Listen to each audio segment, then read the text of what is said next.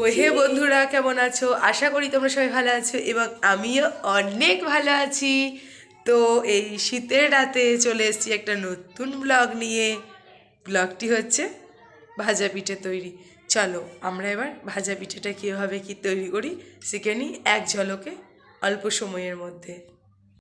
তো প্রথমে কলাই, আলু, লাল আলু এসব দিয়ে আমরা সেদ্ধ করতে বসিয়ে দেব। তারপর আমরা যে পরিমাণে সেদ্ধ করেছি তার মাপ অনুযায়ী আমরা চালের গুঁড়ো নেব। তারপর অল্প অল্প করে সেদ্ধ করে রাখা মিশ্রণটিকে এর মধ্যে অল্প অল্প করে দিয়ে মাখতে থাকবো, কারণ বেশি হলে প্রবলেম আছে, তখন জিনিসটা ঠিকঠাক হবে না। তাই অল্প অল্প করে দিয়ে আমরা এটাকে মাখবো।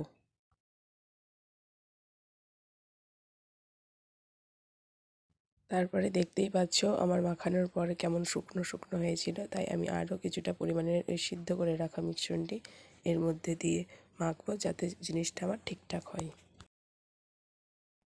এবার মাখার পর দেখে বোঝাই যাচ্ছে ঠিকঠাক হয়েছে। তো তারপরে এটাতে মিষ্টি লাগবে, তাই আমি কিছুটা পরিমাণে গুড় অ্যাড করলাম। তারপরে আবার একবার ভালো করে এটাকে মেখে নেব।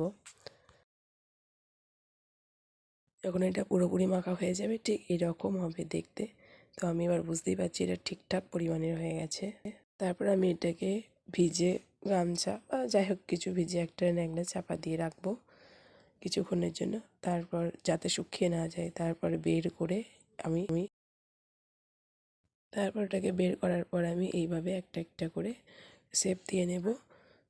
তারপরে তো তেলে ঝাঁকার কথা, তো এই যে অনেকটা পরিমাণে নেওয়া, তারপরে এবার তেলে দেওয়ার কথা। এই যে ছাঁকা হচ্ছে তেলে।